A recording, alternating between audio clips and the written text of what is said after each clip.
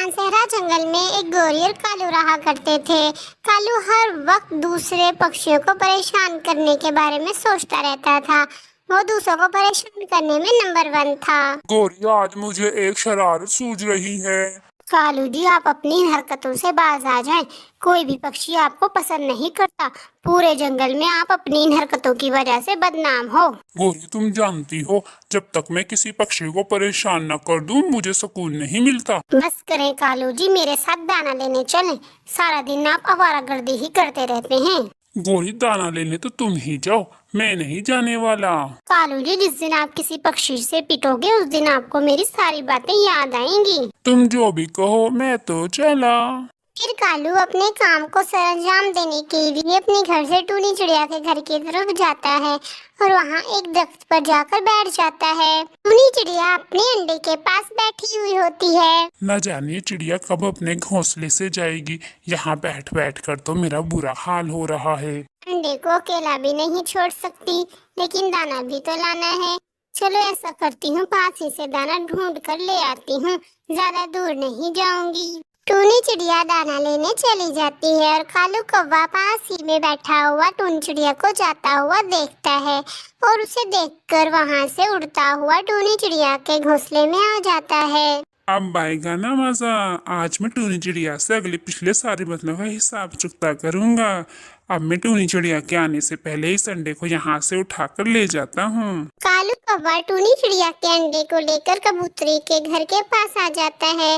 वो देखता है कि कबूतरी घर में नहीं है। लगता है कबूतरी भी दाना लेने बाहर गई हुई है। ये तो बहुत ही अच्छा हुआ। अब मैं इस टूनी चिड़िया के अंडे को कबूतरी के घोंसले में रख देता हूँ और कबूतरी के अंडे को उठाकर मैं यहाँ से ले जाता हूँ।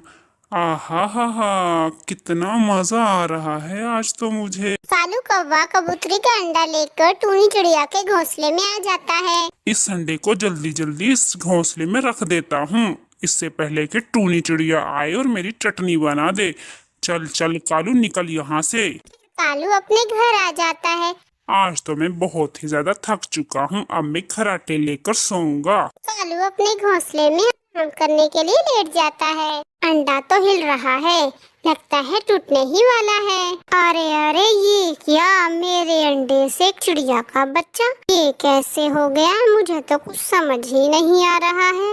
ना बेटा, मैं तुम्हारी मामा नहीं हूँ, तुम्हारी मामा चिड़िया है। तुम एक चिड़िया के बच्चे हो।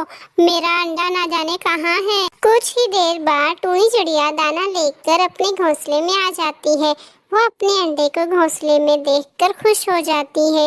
अरे अरे, ये क्या, मेरे अंडे से कबूतरी का बच्चा। माँ, बेटा मैं आपकी माँ नहीं हूँ, आपकी माँ कबूतरी है। आप एक कबूतरी के बच्चे हो। लगता है जब मैं दाना लेने गई थी तो पीछे से कोई मेरे घोंसले में आया और मेरे अंडे को चुरा कर ले गया। ऐसा काम तो सिर्फ एक ही पक्षी कर सकता है और वो है कालू।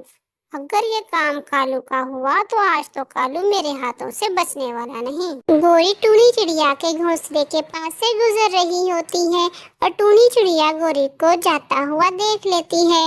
गोरी बहन, जरा इधर आना, मेरी बात तो सुनना। फिर गोरी टूनी चिड़िया के पास आ जाती है। टूनी बहन, क्या बात है, मुझे क्यों बुलाया है? गोरी बहन, तुम्हारा घर मेरे घोंसले के बिल्कुल सामने है। क्या तुमने मेरे घोंसले में किसी को आता जाता हुआ देखा? देखे ना, किसी ने मेरा अंडा चुरा लिया। लगता है ये मेरे निकम्मे निकट्ठू शोहर का काम है। सुबह सुबह उसे शरारत जो सूझ रही थी। गोरी बहन, क्या हुआ? आप क्या सोच रही हैं? आपने मेरे सवाल का जवाब नहीं दिया। देखो टूनी बहन, मेरे पास करने के लिए 100 काम होते हैं। मैं दूसरों के घरों में जासूसी नहीं करती कि कौन आया और कौन गया। मुझे क्या पता तुम्हारा अंडा किसने चोरी किया है। ऐसा कहकर गोरी वहाँ से चली जाती है। लगता है गोरी बहन मुझसे कुछ छुपा रही थी। जो भी हो, मुझे तो कालू पे ही शक है। अब तो कालू के घर जाकर ही पता चलेगा कि सच क्या है। फिर टूनी चिड़िया कालू के घर की तरफ चली जाती है। मैं तो सो कर भी थक चुका हूँ। ना जाने ये गोरी कहाँ रह गई है। गोरी नहीं आई, मैं आई हूँ तुम्हारी मौत बनकर। कालू मेरा अंडा कहाँ है?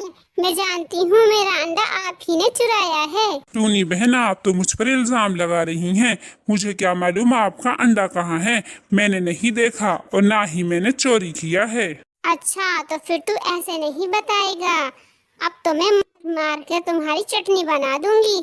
बता कालू मेरा अंडा कहाँ है? टूनी बहन, माफ कर दो, बताता हूँ, पहले मुझे मारना तो बंद करो। अरे मार दिया। टूनी बहन, तुमने तो मुझे बहुत बुरी तरह से पीटा है। तुम्हारा अंडा कबूतरी के घर में है। मैंने तुम्हारा अंडा चोरी कर कर उसके घर में रख दिया था और उसका अंडा तुम्हारे घोंसले में रख दिया था।